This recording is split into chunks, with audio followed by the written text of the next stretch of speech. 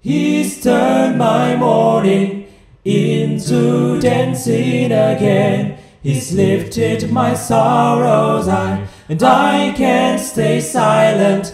I must sing, for His joy has come.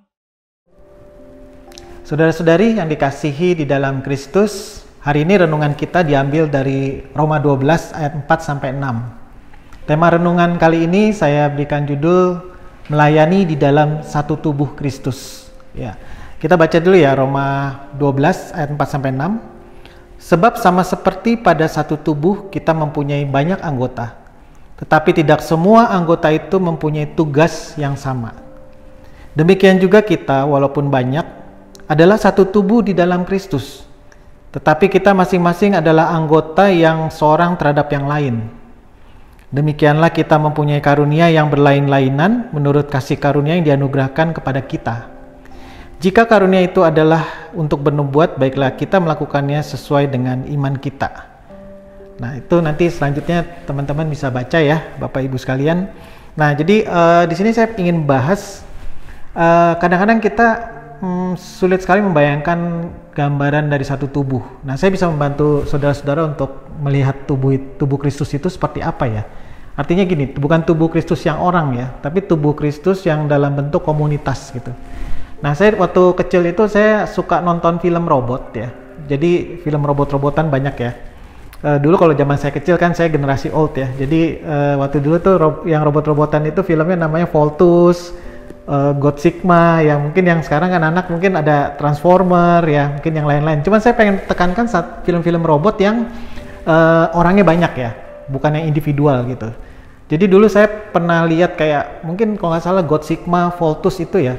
Itu orangnya banyak, terus tiba-tiba nanti orang-orang itu jadi satu robot tuh, ntar jadi ada yang robot tangannya nempel, terus udah gitu nanti badannya, terus orang-orang itu semuanya ada di dalam robot itu, dan itu mengendalikan robot itu rame-rame gitu, sebagai satu komunitas. Nah, saya membayangkan komunitas tubuh Kristus ya, sebagai sebuah komunitas, itu seperti robot itu gitu. Jadi setiap orang itu ada fungsi-fungsi yang berbeda gitu. Waktu itu kan orang-orangnya mungkin ada yang warna kuning, merah gitu ya. Dulu ada juga Google Five ya, kayak gitu ya. Ada yang kuning, merah, hijau gitu. Terus ada yang jadi tangan, ada sebelah mana gitu. Nah, itu kan ibaratnya kita itu sebetulnya kan udah dikasih karunia sama Tuhan. Jadi dalam diri kita itu udah punya karunia, udah punya talenta gitu, udah punya bakat. Masing-masing beda-beda, fungsinya beda-beda. Cuma permasalahannya adalah kita itu kurang berpikir bahwa sebetulnya karunia-karunia kita itu nggak cuma buat kita sendiri gitu, nggak cuma buat pekerjaan kita supaya kita sukses gitu, tapi karunia-karunia itu buat disatukan menjadi satu robot yang utuh ya, yang kita sebut sekarang mungkin dalam bahasa gerejawinya satu tubuh Kristus, dan kita melakukan fungsi-fungsi masing-masing yang beda-beda yang nggak sama, kemudian fungsi-fungsi itu disatukan jadi satu gerakan yang sangat masif gitu, sangat komunal gerakan itu. Mungkin kalau kita perhatikan bahwa gereja kita misalnya GKI Sulung harusnya kan seperti itu ya. Setiap orang itu melakukan fungsi-fungsinya dan kemudian menjadi satu robot yang besar, satu tubuh Kristus, dan kemudian bergerak ke masyarakat itu, memberikan satu dampak yang benar-benar masyarakat bisa lihat, wah gila ada satu tubuh Kristus yang besar, satu komunitas GKI Sulung yang sedang bergerak gitu. Nah, gambaran saya seperti itu ya. Cuman kita mesti teliti lebih dalam lagi ya.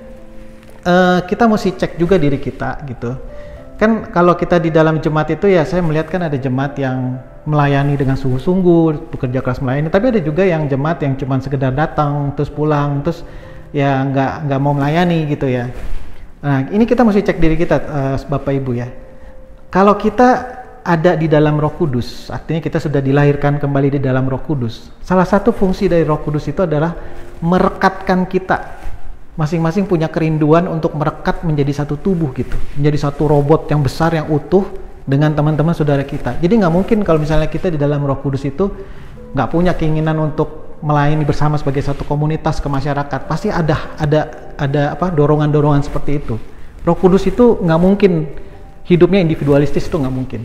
Jadi kalau di dalam diri Bapak Ibu Saudara sekalian sudah diregenerasi oleh Roh Kudus, pasti ada keinginan untuk melayani sebagai satu komunitas gerejawi yang utuh gitu. Nah, tapi waktu kita melayani kan kita mesti lihat karunia kita juga kan. Memang di gereja itu ada sih template-template pelayanan. Misalnya kalau ibadah udah punya template, oh ini usher, oh ini pemusik, ini apa gitu. Nah dari gereja sendiri memang sudah ada template yang baku ya. Tetapi saya pikir sebaiknya template ini jangan dibakukan juga, karena karunia manusia itu sangat beragam sekali gitu. Mungkin ada yang punya karunia berbisnis. Karunia berbisnis mau melayani gereja gimana?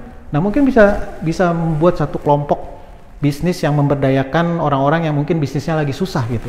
Mungkin orang-orang yang punya talenta pintar berbisnis bisa berkumpul menjadi satu kelompok, diwadahi oleh gereja, sehingga membuat satu badan pelayanan baru untuk masyarakat, tapi dari segi bisnis.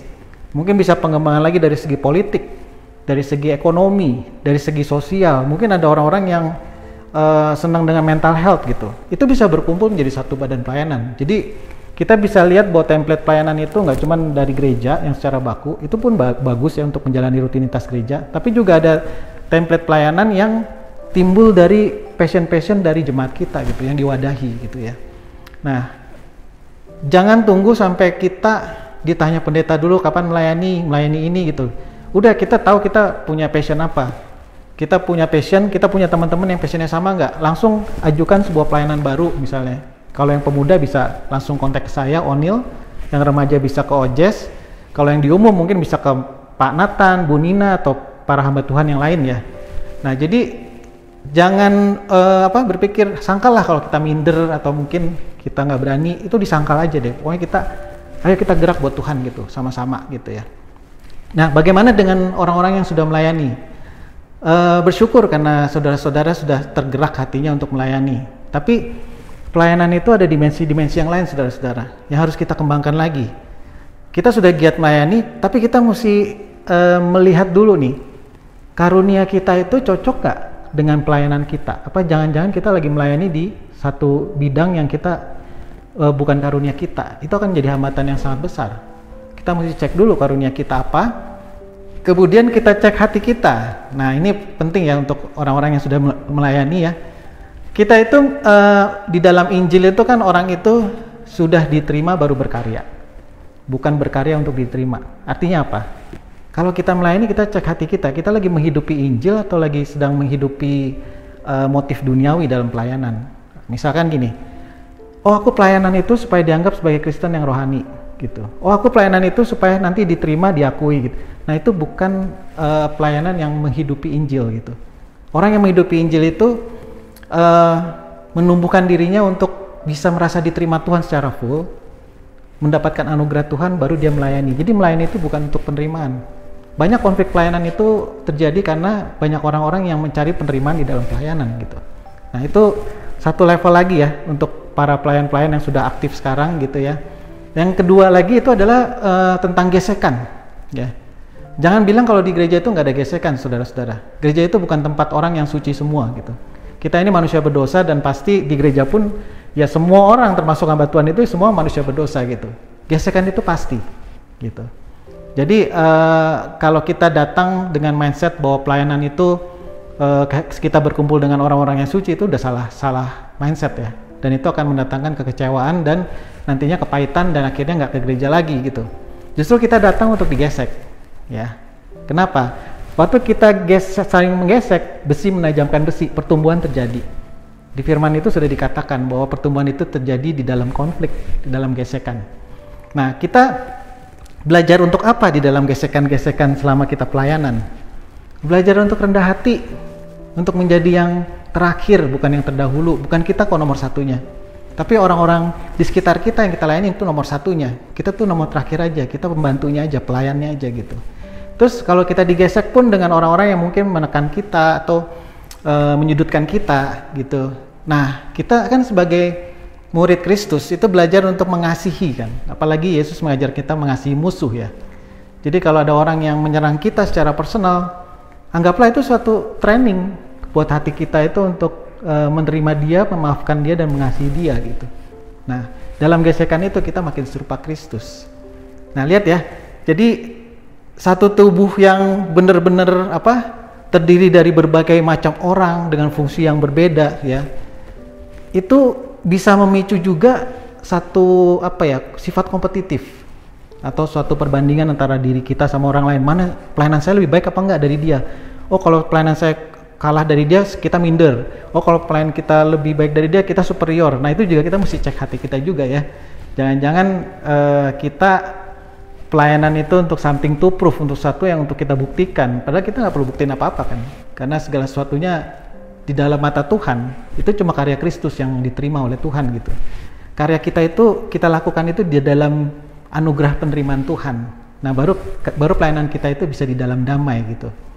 Nah, kalau setiap orang di dalam jemaat itu punya satu kesadaran bahwa saya udah diselamatkan, saya udah dianugerahi Tuhan banyak sekali berkat di dalam kehidupan saya mau menjadi anggota tubuh Kristus, masuk di dalam pelayanan, masuk di dalam komunitas gerejawi, dan menjadi seperti robot-robot itu, elemen-elemen tangannya, kakinya semua menjadi satu, dan semuanya benar-benar melakukan untuk Tuhan, bukan untuk kompetitif, bukan untuk cari penerimaan.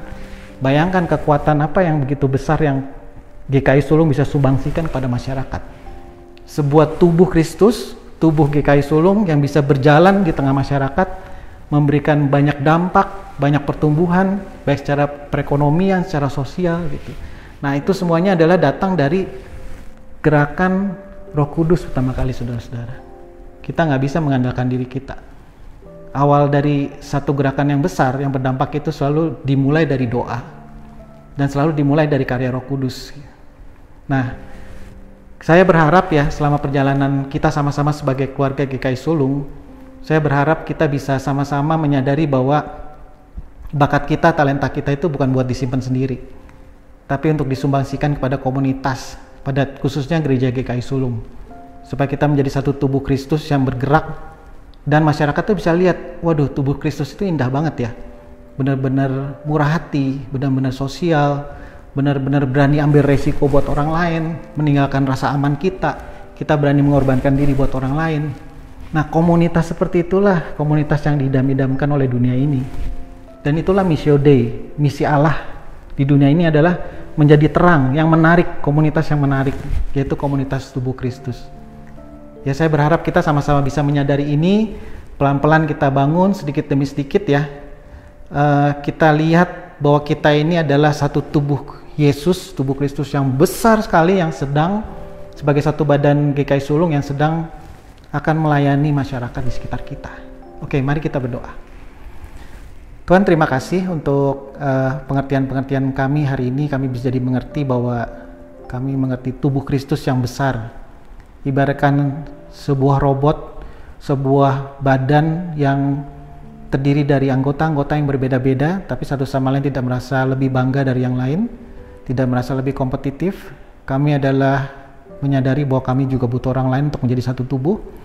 Biarlah Tuhan bentuk kami terus, berikan kami satu kerinduan di dalam Roh Kudus-Mu supaya kami bisa terus melihat visi tubuh Kristus ini di dalam organisasi GKI Sulung ini ya Tuhan.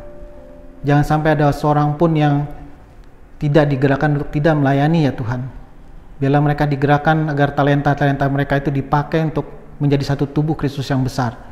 Biarlah orang-orang yang melayani juga Engkau bentuk hatinya supaya bukan melayani untuk penerimaan, untuk something to prove ya Tuhan, tapi melayani karena anugerah-Mu ya Tuhan. Sehingga kami semua bisa bersatu hati, kami bisa melihat bahwa kami diutus, dipanggil keluar untuk menjadi dampak. Terima kasih ya Tuhan, di dalam nama Tuhan Yesus kami telah berdoa dan mengucap syukur. Tuhan Yesus memberkati saudara-saudari sekalian. Joy has come.